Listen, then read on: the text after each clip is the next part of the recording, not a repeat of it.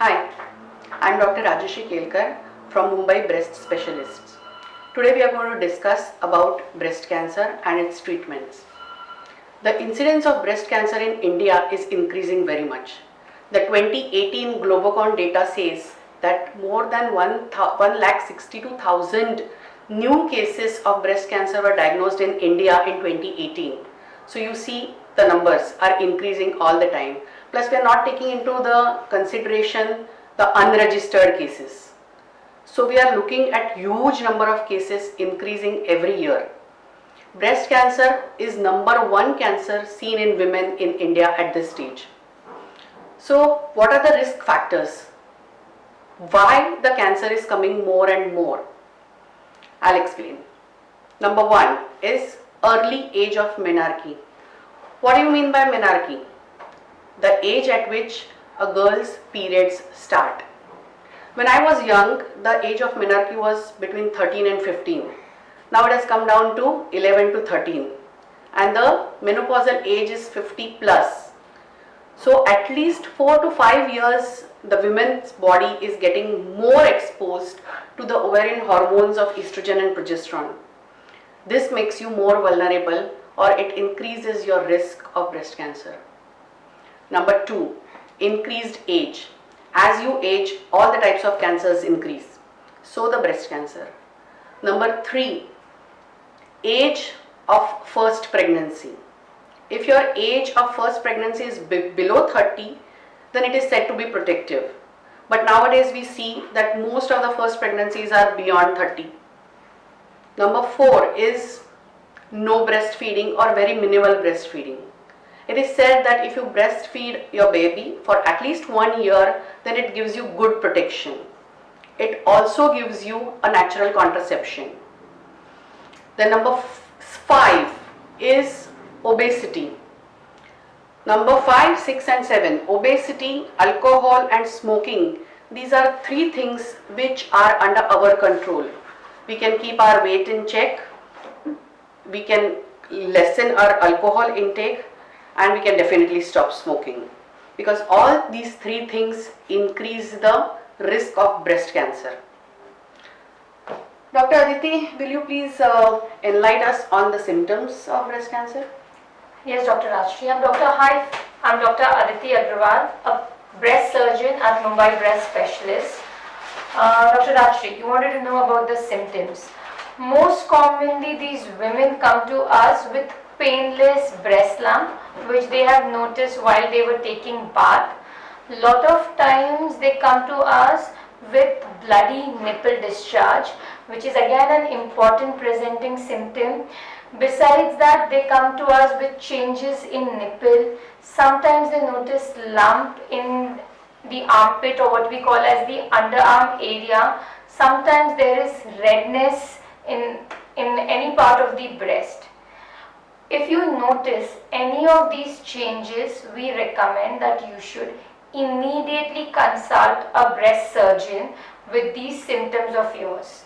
Mind you, it's nothing to get worried because 90% of the times when you come to us, we'll tell you that it is nothing to worry and it could just be fibroadenosis, which is due to hormonal changes in your body. Once when you come to us, how do we as breast surgeons assess you? Internationally, what we follow is triple assessment.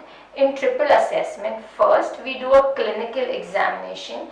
By clinical examination, we mean that a breast surgeon would examine your breast completely to see if you have any lump, you have any nipple discharge, or if there is redness, any recent changes in the breast, like there is change in the size of the breast, there is change in shape of the breast. In any part of the breast, if there has been a pulling of the skin inwards, what we in a medical terminology would call as dimpling. This is the first part, clinical examination. Next would be a radiological investigation, which would be in the form of an ultrasound or mammogram. Usually for women less than 40 years, as their breasts are more dense, we prefer to do an ultrasound, and for women who are more than 40 years, we prefer to do a mammogram, which is an X-ray mammogram.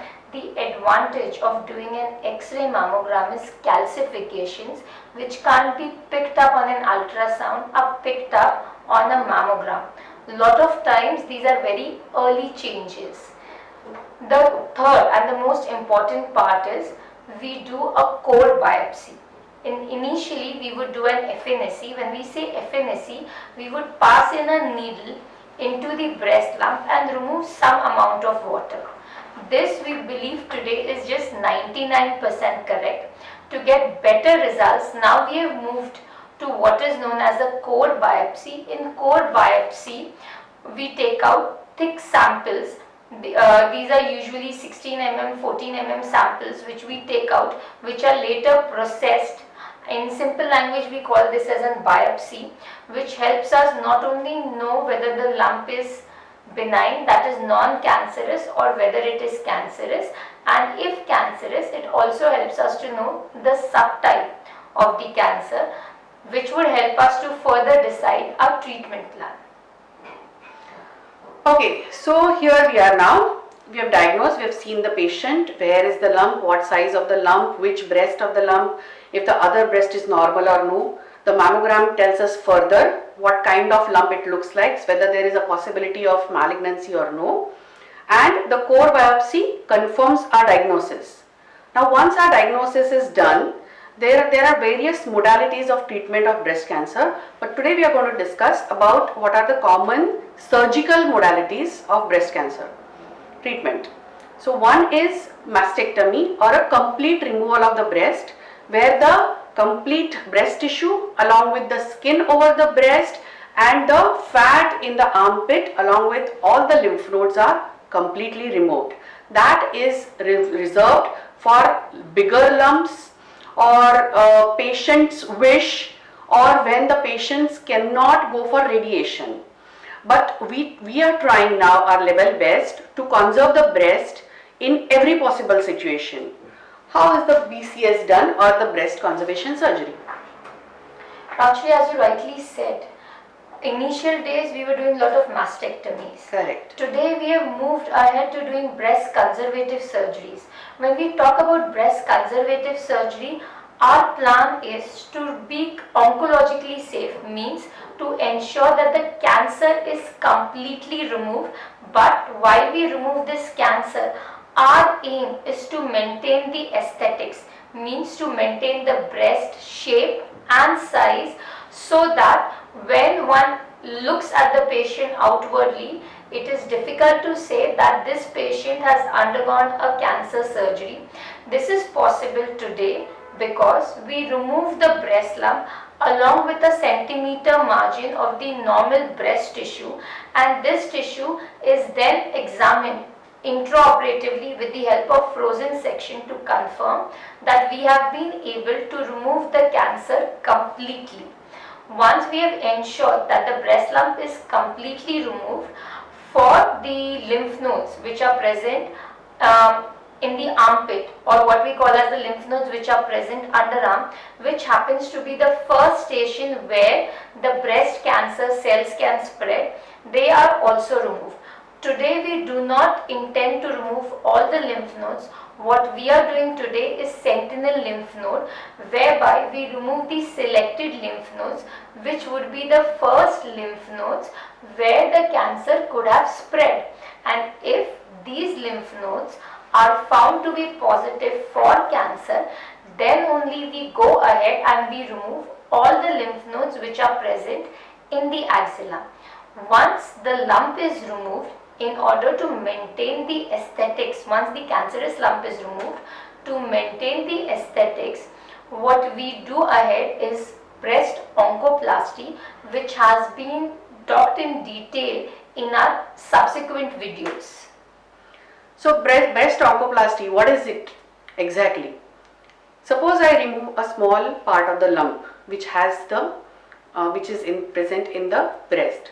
So to fill up that gap, we need either the local tissue or the local flaps, so that the breast looks more and more normal, or to its normal size and shape. So this is the new kid on the block, and we are expertised in that breast oncoplasty.